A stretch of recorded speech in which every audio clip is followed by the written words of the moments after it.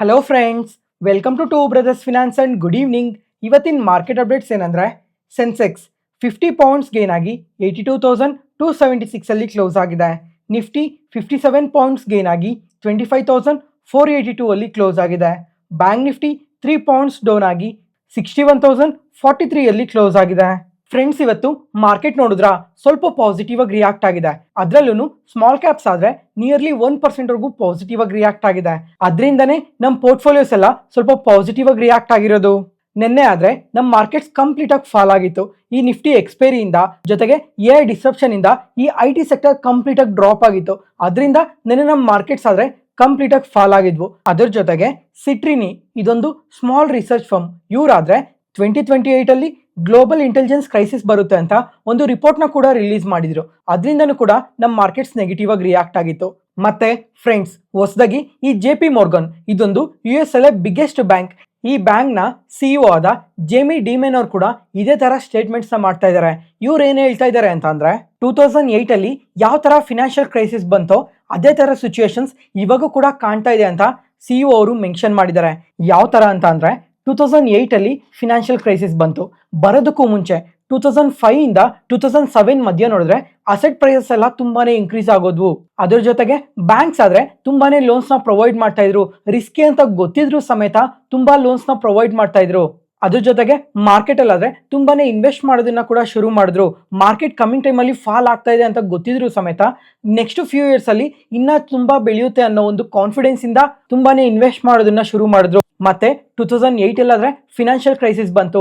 ಮತ್ತೆ ಪ್ರೆಸೆಂಟ್ ಇವಾಗೂ ಕೂಡ ಅದೇ ತರ ಸಿಚುಯೇಷನ್ಸ್ ಕಾಣ್ತಾ ಇದೆ ಅಂತ CEO ಅವರು ಮೆನ್ಷನ್ ಮಾಡಿದ್ದಾರೆ. ಈಗ ಪ್ರೆಸೆಂಟ್ ನೋಡಿದ್ರೆ ಸ್ಟಾಕ್ ಮಾರ್ಕೆಟ್ ಒಳಗಡೆ ತುಂಬಾನೇ ಇನ್ಫ್ಲೋಸ್ ಬರ್ತಾನೆ ಇದೆ. ಈಗ ಫ್ರೆಂಡ್ಸ್, ರೀಸೆಂಟ್ ಟೈಮ್ ಅಲ್ಲಿ ತುಂಬಾ ಸಲ ಮೆನ್ಷನ್ ಮಾಡಿದೆ, US ಮಾರ್ಕೆಟ್ ಆದ್ರೆ ತುಂಬಾನೇ ಪಾಸಿಟಿವ್ ಆಗಿ ಗ್ರೋ ಆಗ್ತಿದೆ. ಯುರೋಪಿಯನ್ ಮಾರ್ಕೆಟ್ಸ್ ಕೂಡ ಅದೇ ತರ ಪಾಸಿಟಿವ್ ಆಗಿ ಗ್ರೋ ಆಗ್ತಾ ಇದೆ. ಮತ್ತೆ ಏಷ್ಯನ್ ಮಾರ್ಕೆಟ್ಸ್ ಆದ್ರೆ ಆಲ್ ಟೈಮ್ ಹೈಸ್ ನ ಟಚ್ ಮಾಡ್ತಾ ಇದೆ.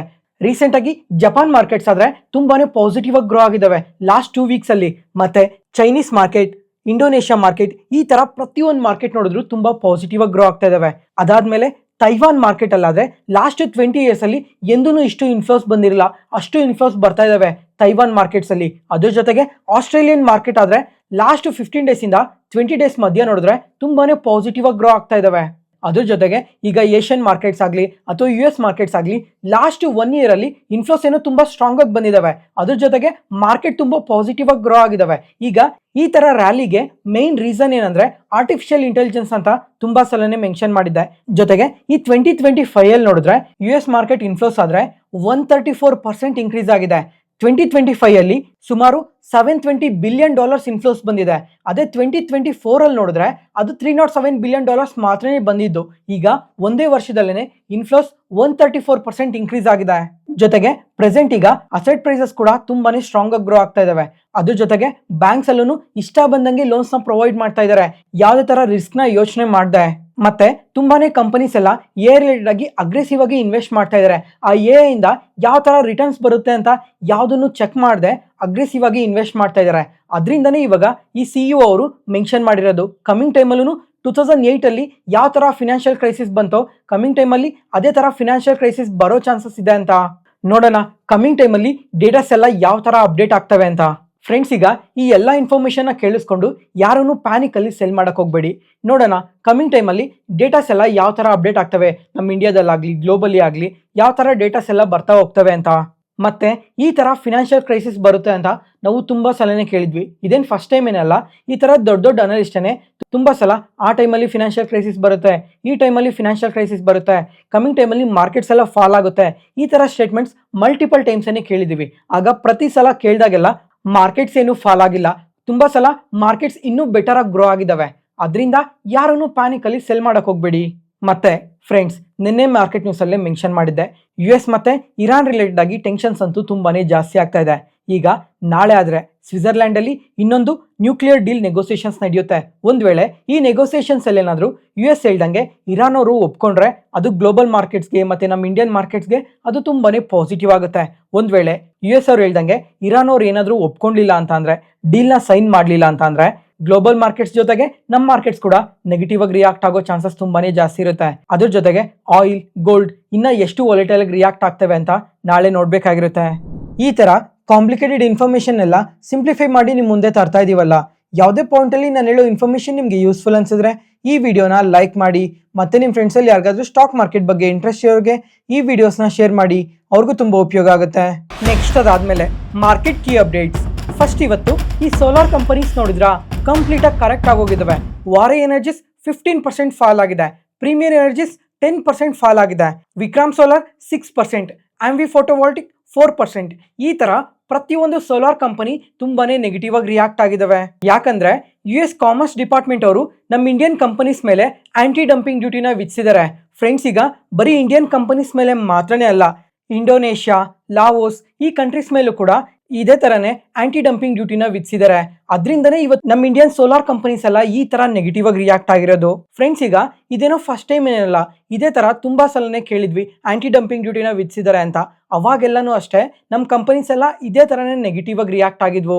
ಈಗ ಈ ತರ ಆಂಟಿ ಡಂಪಿಂಗ್ ಡ್ಯೂಟಿನ ವಿಧಿಸೋದಕ್ಕೆ ಕಾರಣ ಏನು ಅಂತ ಅಂದ್ರೆ, ಈಗ ಬೇರೆ ಬೇರೆ ಕಂಟ್ರೀಸ್ ಅಲ್ಲೆಲ್ಲ ಈ ಸೋಲಾರ್ ಕಂಪನೀಸ್ ಮ್ಯಾನುಫ್ಯಾಕ್ಚರ್ ಮಾಡಿಬಿಟ್ಟು ಗೌರ್ಮೆಂಟ್ ಇಂದ ತುಂಬಾನೇ ಸಬ್ಸಿಡೀಸ್ ತಗೊಂಡು US ಗೆ ಎಕ್ಸ್ಪೋರ್ಟ್ ಮಾಡ್ತಾ ಇದ್ದಾರೆ. ಅದರಿಂದ US ಅಲ್ಲಿ ಮ್ಯಾನುಫ್ಯಾಕ್ಚರ್ ಮಾಡೋ ಕಂಪನೀಸ್ಗೆ ತುಂಬಾನೇ ಎಫೆಕ್ಟ್ ಆಗುತ್ತೆ ಅಂತ ಇವ್ರು ಹೇಳ್ತಾ ಇದ್ದಾರೆ.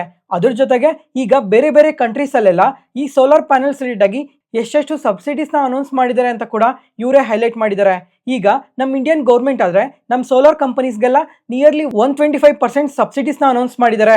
ಅದರಿಂದ ಇಲ್ಲಿ ವರ್ಕ್ ಮಾಡೋ ಕಂಪನೀಸ್ ಎಲ್ಲ ಆ ಸಬ್ಸಿಡೀಸ್ನ ಕ್ಲೈಮ್ ಮಾಡಿ US ಅಲ್ಲಿ ವರ್ಕ್ ಮಾಡೋ ಕಂಪನೀಸ್ಗಿನ್ನ ಕಮ್ಮಿ ಪ್ರೈಸ್ ಅಲ್ಲಿ ಇವರು ಎಕ್ಸ್ಪೋರ್ಟ್ ಮಾಡಿ ಸೆಲ್ ಮಾಡ್ತಾ ಇದ್ದಾರೆ. ಅದರಿಂದ ಅಲ್ಲಿ ವರ್ಕ್ ಮಾಡೋ ಕಂಪನೀಸ್ಗೆ ಇದು ತುಂಬಾನೇ ಎಫೆಕ್ಟ್ ಆಗುತ್ತೆ ಅಂತ ಸ್ಟೇಟ್ಮೆಂಟ್ಸ್ನ ಮಾಡಿದ್ದಾರೆ.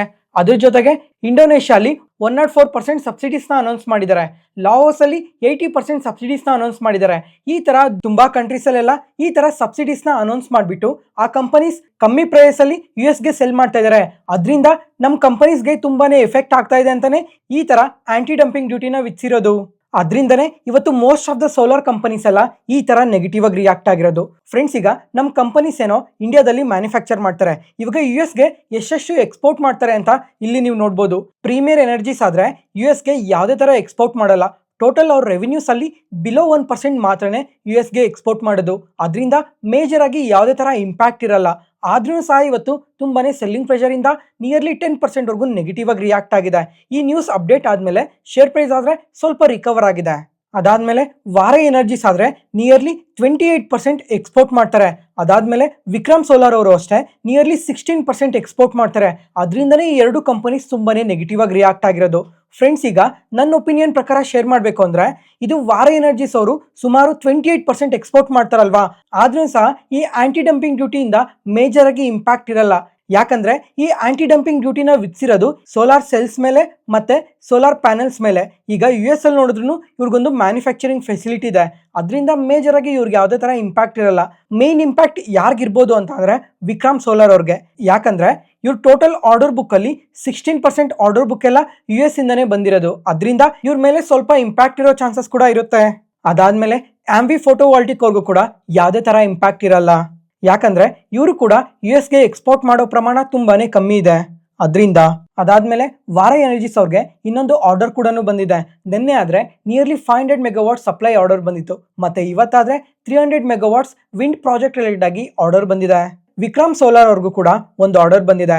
ಈಗ ಆಯಿಲ್ ಇಂಡಿಯಾ ಮತ್ತೆ NTPC ಗ್ರೀನ್ ಎನರ್ಜಿ ಈ ಎರಡು ಕಂಪನೀಸ್ ಜಾಯಿಂಟ್ ವೆಂಚರ್ ಅಲ್ಲಿ ಒಂದು 600 ಮೆಗಾವಾಟ್ಸ್ ಸೋಲಾರ್ ಪ್ರಾಜೆಕ್ಟ್ ಅಲ್ಲಿ ವರ್ಕ್ ಮಾಡ್ತಾ ಇದ್ದಾರೆ. ಆ ಪ್ರಾಜೆಕ್ಟ್ಗೋಸ್ಕರ ಈ ಟಾಪ್ಕಾನ್ ಮಾಡ್ಯೂಲ್ಸ್ ನ ಸಪ್ಲೈ ಮಾಡೋದಕ್ಕೋಸ್ಕರ ವಿಕ್ರಮ್ ಸೋಲಾರ್ ಅವ್ರಿಗೆ ಆರ್ಡರ್ ಬಂದಿದೆ. ನೆಕ್ಸ್ಟ್ ಅದಾದ್ಮೇಲೆ IDFC ಫಸ್ಟ್ ಬ್ಯಾಂಕ್. ಫ್ರೆಂಡ್ಸ್, ಈಗ ಈ ಕಂಪನಿ ಬಗ್ಗೆ ಸೋಮವಾರ ಮಾರ್ಕೆಟ್ ನ್ಯೂಸ್ ಅಲ್ಲಿ ಕ್ಲಿಯರ್ ಆಗಿ ಮಾತಾಡ್ಕೊಂಡಿದ್ವಿ. ಅವತ್ತಾದ್ರೆ ಈ ಬ್ಯಾಂಕ್ ಅಲ್ಲಿ ಸುಮಾರು 590 ಕೋಟಿ ಫ್ರಾಡ್ ನಡೆದಿದೆ ಅಂತ. ಈಗ ಇದ್ರ ರಿಲೇಟೆಡ್ ಆಗಿ ಇನ್ನ ಫರ್ದರ್ ಡೆವಲಪ್ಮೆಂಟ್ಸ್ ಅಪ್ಡೇಟ್ ಆಗಿದಾವೆ. ಈ ಬ್ಯಾಂಕ್ ಅಲ್ಲಿ ಏನ್ 590 ಕೋಟಿ ಫ್ರಾಡ್ ನಡೆದಿದೆ ಈಗ ಕಂಪ್ಲೀಟ್ ಆಗಿ ರಿಕವರ್ ಮಾಡ್ಕೊಂಡಿದೀವಿ ಅಂತ ಹರಿಯಾಣ ಗೌರ್ಮೆಂಟ್ ಅಪ್ಡೇಟ್ ಮಾಡಿದೆ. ಸುಮಾರು 566 ಕೋಟಿ ರಿಕವರ್ ಮಾಡ್ಕೊಂಡಿದ್ದೀವಿ. ಅದ್ರ ಜೊತೆಗೆ 22 ಕೋಟಿ ಇಂಟ್ರೆಸ್ಟ್ ನ ಕೂಡ ವಿತಿನ್ 24 ಅವರ್ಸ್ ಅಲ್ಲೇನೆ ಕಲೆಕ್ಟ್ ಮಾಡ್ಕೊಂಡಿದ್ದೀವಿ ಅಂತ ಅಪ್ಡೇಟ್ ಮಾಡಿದ್ದಾರೆ. ಅದ್ರ ಜೊತೆಗೆ ಹರಿಯಾಣ ಸ್ಟೇಟ್ ವಿಜಿಲೆನ್ಸ್ ಮತ್ತೆ ಆಂಟಿ ಕರಪ್ಷನ್ ಬ್ಯೂರೋ ಅವರು ಏನ್ ಇನ್ವೆಸ್ಟಿಗೇಟ್ ಮಾಡ್ತಾ ಇದ್ರು, ಇದರಲ್ಲಿ 4 ಜನನ ಅರೆಸ್ಟ್ ಮಾಡಿದ್ರಲ್ವಾ. ಈ 4 ಜನದಲ್ಲಿ 2 ಬ್ಯಾಂಕ್ ಎಂಪ್ಲಾಯೀಸೇ. ಅದಾದ್ಮೇಲೆ ಇನ್ನ 2 ಏನಿದ್ದಾರೆ ಅವರು 6 ಮಂತ್ಸ್ ಬ್ಯಾಕ್ ವರ್ಗು ಇದೇ ಬ್ಯಾಂಕ್ ಅಲ್ಲಿ ವರ್ಕ್ ಮಾಡ್ತಾ ಇದ್ರು.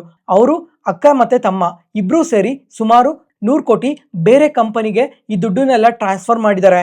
ಈಗ ಅವ್ರನ್ನು ಕೂಡ ಅರೆಸ್ಟ್ ಮಾಡಿದ್ದಾರೆ. ನೋಡೋಣ ಕಮಿಂಗ್ ಟೈಮಲ್ಲಿ ಇದ್ರ ಬಗ್ಗೆ ಎಲ್ಲ ಇನ್ನ ಯಾವ ಥರ ಡೇಟಾಸ್ ಅಪ್ಡೇಟ್ ಆಗ್ತವೆ ಅಂತ. ನೆಕ್ಸ್ಟ್ ಅದಾದ್ಮೇಲೆ HAL.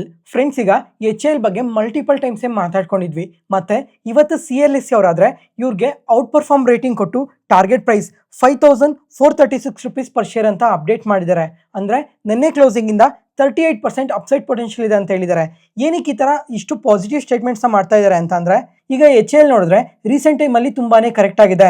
ಆರ್ಡರ್ ಡಿಲೇಸ್ ಇಂದ, ಗ್ಲೋಬಲ್ ಟೆನ್ಷನ್ಸ್ ಇಂದ, ಡಿಫೆನ್ಸ್ ಸ್ಪೆಂಡಿಂಗ್ ಪ್ಯಾಟರ್ನ್ಸ್ ಇಂದ, ಈ ತರ ಹಲವಾರು ರೀಸನ್ಸ್ ಇಂದ ರೀಸೆಂಟ್ ಟೈಮ್ ಅಲ್ಲಿ ಕರೆಕ್ಟ್ ಆಗಿದೆ. ಆದ್ರೆ ಯಾರಾದ್ರೂ ಲಾಂಗ್ ಟರ್ಮ್ ಇನ್ವೆಸ್ಟರ್ಸ್ ಈ ಕಂಪನಿ ನೋಡ್ತಾ ಇದ್ರೆ ಅಟ್ರಾಕ್ಟಿವ್ ಪ್ರೈಸ್ ಅಲ್ಲಿ ಇವಾಗ ಟ್ರೇಡ್ ಆಗ್ತಾ ಇದೆ ಅಂತ CLSC ಅವರು ಮೆನ್ಷನ್ ಮಾಡಿದ್ದಾರೆ. ಯಾಕಂದ್ರೆ ಇವರು ತುಂಬಾನೇ ಡಿಫೆನ್ಸ್ ಎಕ್ವಿಪ್ಮೆಂಟ್ಸ್ ನ ಮ್ಯಾನುಫ್ಯಾಕ್ಚರ್ ಮಾಡ್ತಾರೆ. ಎಕ್ಸಾಂಪಲ್ ಏರ್ಕ್ರಾಫ್ಟ್, ಇಂಜಿನ್ಸ್, ಹೆಲಿಕಾಪ್ಟರ್ಸ್, ಇನ್ನ ಹಲವಾರು ಪ್ರಾಡಕ್ಟ್ಸ್ ನ ಇವರು ಮ್ಯಾನುಫ್ಯಾಕ್ಚರ್ ಮಾಡ್ತಾರೆ. ಅದ್ರ ಜೊತೆಗೆ ಈ ಡಿಫೆನ್ಸ್ ಸೆಗ್ಮೆಂಟ್ ಅಲ್ಲಿ one of the prominent player ಇವರು ಅಂತ ಕೂಡ ಮೆನ್ಷನ್ ಮಾಡಿದ್ದಾರೆ. ನೋಡೋಣ ಲಾಂಗ್ ಟರ್ಮ್ ಅಲ್ಲಿ HAL ಕಂಪನಿ ಇನ್ನ ಎಷ್ಟು ಪಾಸಿಟಿವ್ ಆಗಿ ಗ್ರೋ ಆಗ್ಬೋದು ಅಂತ.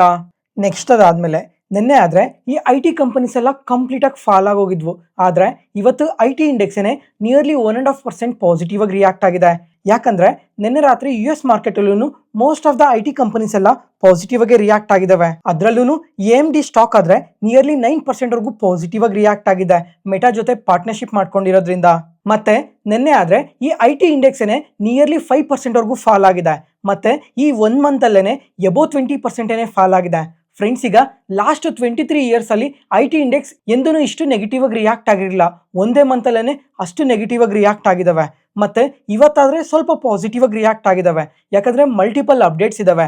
ಈಗ CLSC ಅವರಾದ್ರೆ ಔಟ್ ಪರ್ಫಾರ್ಮ್ ರೇಟಿಂಗ್ ನ ಕೊಟ್ಟಿದ್ದಾರೆ TCSಗೆ, ಅದರಿಂದ ಪಾಸಿಟಿವ್ ಆಗಿ ರಿಯಾಕ್ಟ್ ಆಗಿದೆ. ಮತ್ತೆ ಕೊಫೋರ್ಜ್ ಅವರಾದ್ರೆ UK ಬೇಸ್ಡ್ ಕಂಪನಿ ಜೊತೆ $158 million ಡೀಲ್ ನ ಸೈನ್ ಮಾಡ್ಕೊಂಡಿದ್ದಾರೆ.